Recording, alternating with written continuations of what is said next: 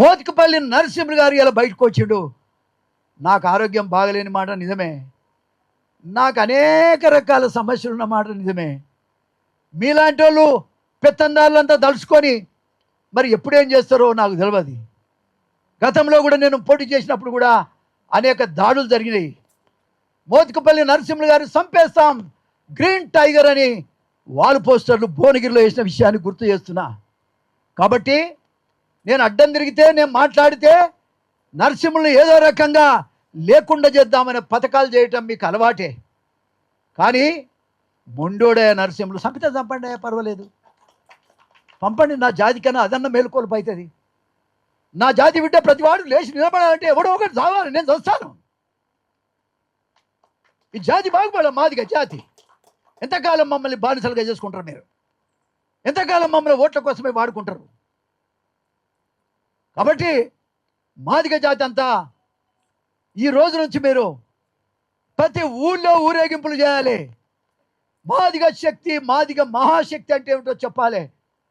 అన్ని గ్రామాలలో ఊరేగింపులు జరగాలి. దప్పు చేతబట్టి, ఏ దప్పు అయితే సమాజానికి చాటింపు చేసి మేలుకొల్పిందో ఆ డప్పుని ఇప్పుడు ఉపయోగిద్దాం. ఇప్పటిదాకా మందికి ఉపయోగించినాం, కానీ ఇప్పుడు మన కులానికి ఉపయోగిద్దాం. అందుకే మనం దప్పు గుర్తుని ఇవాళ మన లోగోలో పెట్టుకుందాం. దప్పు అంటే ఏమిటో చూపిస్తాం. మా దప్పుని ఒక కాలంలో మాదిగోళ్ళే కొట్టాలన్నారు, కానీ ఇప్పుడు అందరం పట్టుకొని ముద్దాడుతుంది దాన్ని. సపడేరమే అందరు పెట్టుకొని ముద్దాడుతుంది. మేము అంట రాని వాళ్ళం, మేము ముట్ట రాని వాళ్ళం. ఓటు కోసం మాత్రం మీద భుజం మీద చెయ్యి, ఓటు అయిపోయిన తర్వాత నువ్వెవడో నేనెవడో. ఈ రకమైనటువంటి దురదృష్టకరమైన పరిస్థితి ఈ రాష్ట్రంలో కొనసాగుతుంది. ఏ పరిస్థితుల్లో కూడా మీరందరూ కూడా గ్రామాల్లో, ఎవరి గ్రామాల్లో వాళ్ళు ఊరేగింపులు చేయాలి.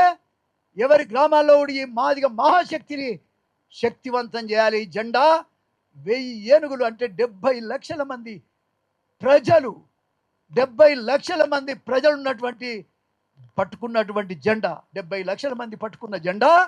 మాదిగల ఓటు మాదిగలకే, మాదిగల ఓటు మాదిగల ఓటు. మన నినాదం ఏంటంటే మాదిగల ఓటు మాదిగల ఓటు. మేము ఎవ్వరికి వెయ్యం, మాదిగోళ్ళకే ఇస్తాం. ఆ రకంగా మన వాళ్ళంతా ముందుండాలని నేను కోరుకుంటా ఉన్నా. నేను రేవంత్ రెడ్డి గారికి, నాకు వాస్తవంగా నాకంటే చిన్నోడు, మేము తెలుగుదేశంలో ఉన్నామా, ఆయన తెలుగుదేశంలో. కానీ ఆయన ఏమో బడబడ మెట్లెక్కిపోయి ముఖ్యమంత్రి అయ్యాడు. మనమేమో చిన్న కులాల నుంచి వచ్చినాం, మా దగ్గర సరుకు లేదు, సన్నమ లేదు. కానీ మాకు ఏ సరుకు లేకపోయినా ఓటర్ శక్తి, మహాశక్తి ఉంది. ఓటర్ శక్తి ఉందయా, అందుకని సరుకు లేదా అనుకోవటానికి వీల్లేదు. మన శక్తి ఓటర్ శక్తి. 70 లక్షల మంది ఉన్నాం, గెలుపు మనదే. 70 లక్షల మంది ఉన్నాం, 70 లక్షల మంది ఉన్నాం, 70 లక్షల మంది ఉన్నాం. అందరినీ ఓడిచ్చైనా మేమే గెలుస్తాం. అది మీరు గమనించాల్సిందిగా రేవంత్ రెడ్డి గారు కానీ ఇతర పెద్దలు కూడా ఆలోచించాలని నేను మనవి చేస్తా ఉన్నా. మేము ఎవ్వరికి వ్యతిరేకం కాదు. మా ఓటు మేము వేసుకుంటాం, మా కులానికే వేసుకుంటాం తప్ప ఇంకో కులానికి వెయ్యం. మీరు మాతో కలిసి వస్తే తప్ప.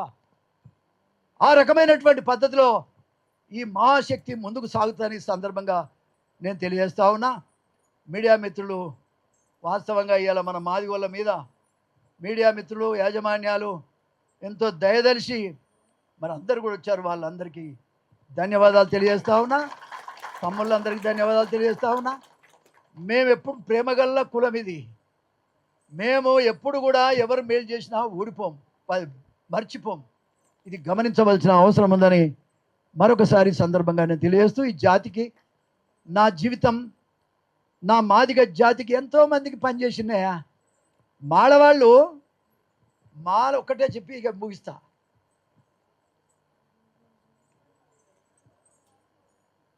మనం దళితులం, మొదట దళితులం, తర్వాత కులాలు ఉన్నాయి. నాకైతే అంతే తెలుసు. నేను మొట్టమొదటి యూనివర్సిటీలో శ్యామ్ సుందర్ అని పబ్లిక్ అడ్మినిస్ట్రేషన్ ఎంఏ చేసేవాడు.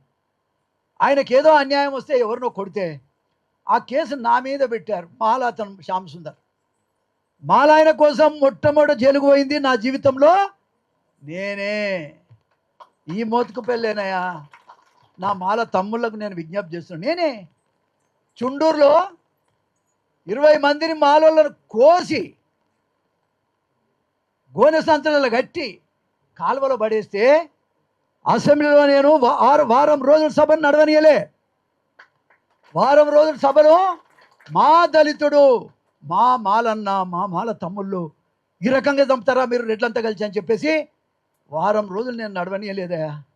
చివరికి నేను వాస్తవంగా చెప్పాలంటే ఆమె నిరాహార దీక్ష ప్రకటించా.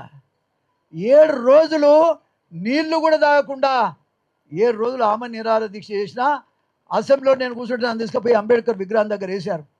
7 రోజులు అక్కడే ఉన్నా. అక్కడి నుంచి హాస్పిటల్ వేస్తే నేను సుమారుగా మొత్తంగా రాష్ట్రమంతా తిరిగిన. పివి నరసింహారావు గారు ఆ టైంలో పోటీ చేస్తున్నాడు, ఏది పార్లమెంట్కు. ఆయన ప్రధానమంత్రి అయిన మనవడే కాబట్టి అప్పుడు ఎన్టీ రామారావు ఆయన మీద పోటీ కూడా పెట్టలే. కానీ మా సమస్యలు, చుండూరు సమస్యలు పరిష్కారం చేసేదాకా నేను ప్రొటెస్ట్ కంటెస్ట్ చేస్తానని ఆ రోజులలో నేను పోటీ చేశా. అప్పుడు పివి నరసింహారావు గారు ఎన్ జనార్దన్ చీఫ్ మినిస్టర్ ఫోన్ చేసి ఆ మోత్కుపల్లి గారిని ఏ విధంగా నేను డ్రాప్ చేయమని చెప్తే జనార్దన్ రెడ్డి, నేను నంద్యాలలో ఉన్నా, అక్కడికి ఫోన్ చేసి పాపం ఆయన మాట్లాడిన తర్వాత నేను విత్డ్రా చేసుకున్నా. సోదరులా, నేను దళితుడిని మొదట, తర్వాత మాదిగా. కానీ మీకుందా మరి? మీకు ఒక్కడన్నా అయ్యో వీళ్ళకి ఒక సీట్ రాలే. మోత్కుపల్లి నరసింహులు 30 ఏళ్ళు ఈ రాష్ట్రంలో ఎన్నో ఉద్యమాలు చేసిండు, ఒకసారి పలకరిద్దామని ఒక బట్టి కానీ, బట్టి అన్న కానీ, వెంకటస్వామి కొడుకు కానీ, ఏ మాల తమ్ముడు కానీ, అందం కానీ ఒక స్టేట్మెంట్ కూడా ఇవ్వలే. అప్పటి నుంచి నా మనసులో పడింది, ఓహో ఇట్లాగైతే మీ కులాన్ని మీకే అయినప్పుడు నా కులాన్ని సంగతి ఏందో, నా కులం కోసం నేను పనిచేయాల్సిన అవసరం ఉందని ఈ జెండా ఇవాళ పెట్టుకున్నాం. ఈ జెండా ఇవాళ పెట్టుకున్నామంటే ఇది ఎంత బలమైందంటే 1000 ఏనుగుల బలం, 70 లక్షల మంది ప్రజలది ఈ జెండా. 70 లక్షల మంది ప్రజలకి ఇది అంకితం. నా జీవితం కూడా అంకితం. ఇది గమనించవలసిన అవసరం ఉందని మరొకసారి సందర్భంగా నేను తెలియజేస్తూ